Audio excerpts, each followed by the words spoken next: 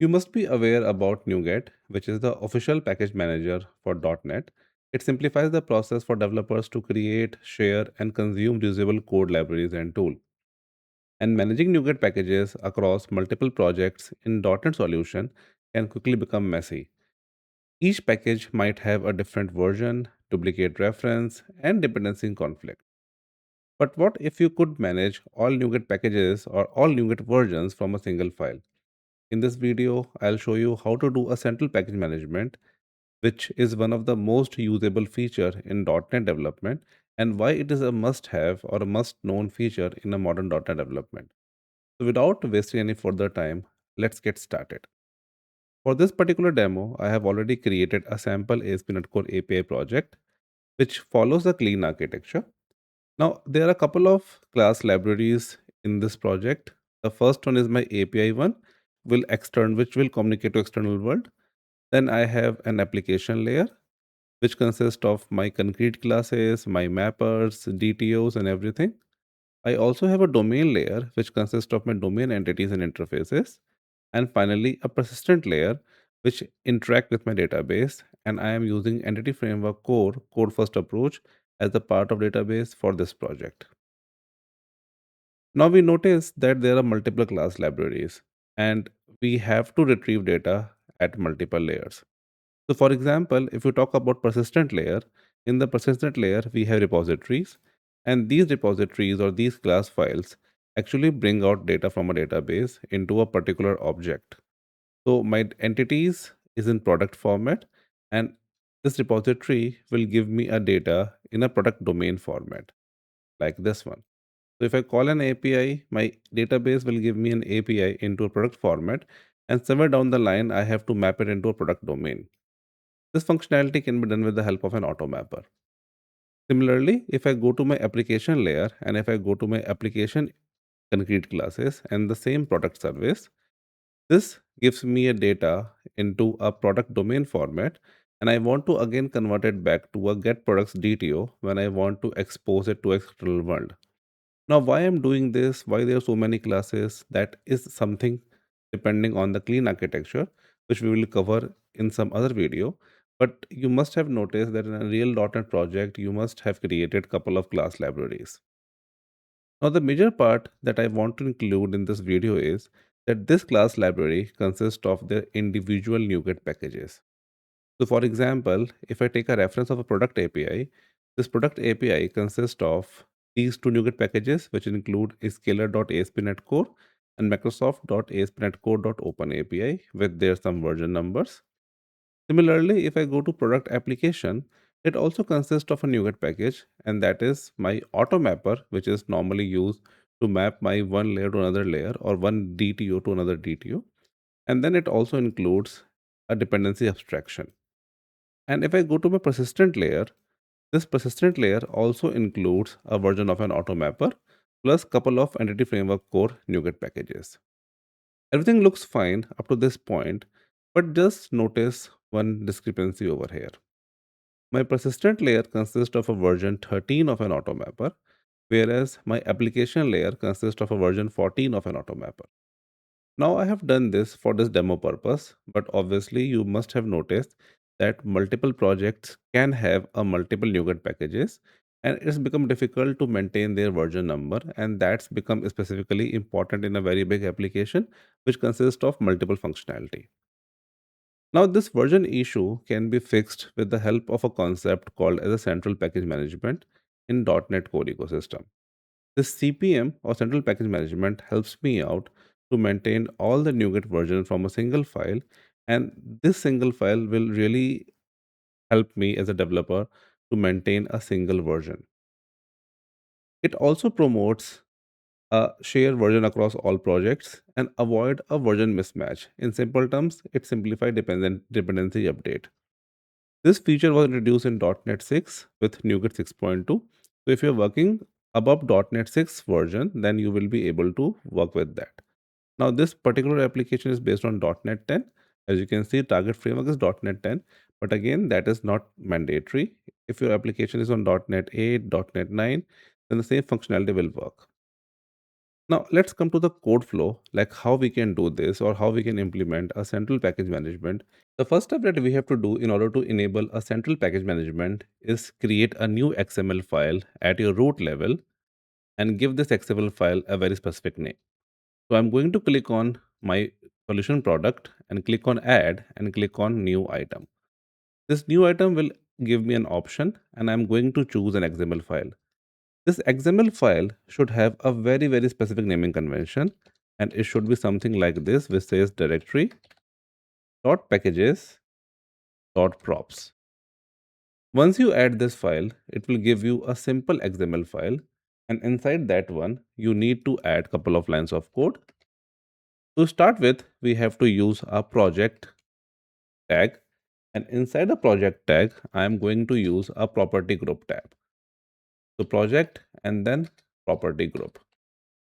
Inside this property group, you need to write it down, manage package versions centrally. This manage package version centrally is a tag which gives a signal to my .NET Core project that in this application, I am maintaining all the packages from a central location, and each and individual package should not consist of their specific NuGet references. I'll mark this as true, and once I build my entire source code, let me build it. You will notice that my app is started breaking, and it simply says that the project using a central package management must define a version value on the package version item. This was not something which I was getting earlier, and I'm started getting this because I have enabled a central package management in my project.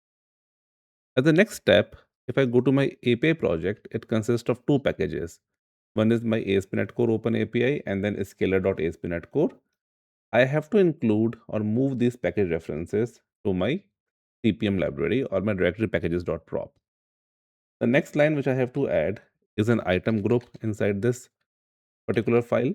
And inside this item group, I'm going to use another specific tag which says package version. And this package version, first of all, should include the name of the package. And then it also should include the version of the package, followed by closing tag. Okay. So item group, package version, its name, and its closing tag. Now the first thing which is there in my case is Microsoft.scalar.openAPI. I'll copy this and paste it down the line as my include, and then its version is 10.0.4. Let's copy this and paste it over here as well. The same thing we have to do is for scalar.asp.NET Core. So I'll copy this line again, paste it one more time, and then I'll change the package number. So it's scalar.asp.NET Core as the second package, and I also include its version, which is 2.3.11 or 11. So I'll just paste it down the line over here as well. Now for my API layer, product.api, we are maintaining packages from a central location. Once that is done, then we have to go to the individual project, and inside this, rather than defining a version, we'll simply define the package name, and version will be maintained centrally. So I'll get rid of these two things from here. And my real project will only consist of the package name. There should not be any version. The same thing we have to do for application layer as well. So in my application layer, I am referencing two different NuGet packages. One is AutoMapper and second is extension.dependency-injection.abstraction. I'll repeat the same thing. I'll copy it again one more time and then paste it. And then I'll give the package name as AutoMapper and its version is 14.0.0. So that is my AutoMapper and its version is 14.0.0. I'll again go to my application layer and then get rid of this version part that is not really required. I'll remove this version from here as well and then copy the package name and come to my directory packages prop and paste it one more time.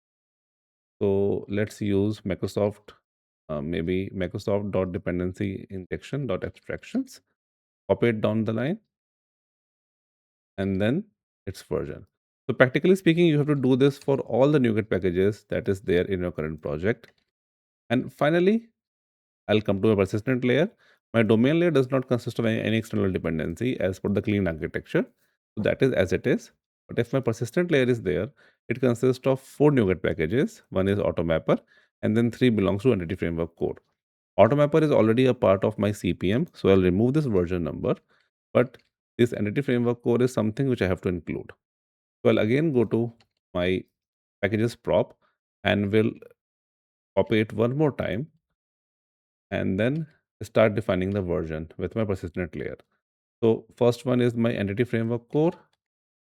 I'll paste it down the line. This is my entity framework core and its version should be 10.0.5. Similarly, let me paste it two more times because I have to include two other entity framework core packages. One is my entity framework core.design, which is useful to run my migration queries or migration commands. And second is my entity framework core.sql server, which tells this framework that I am using SQL Server as my database. And all of them have the same version. So I'll get rid of these version tags from an individual packages. Now you have noticed that all your individual project references is very much clean. Automatically, all the packages are maintained from my central location and it works. Let me give you a demo to you. This AutoMapper is a 14 version in my persistent layer. It is also a 14 version. Let me just build it first.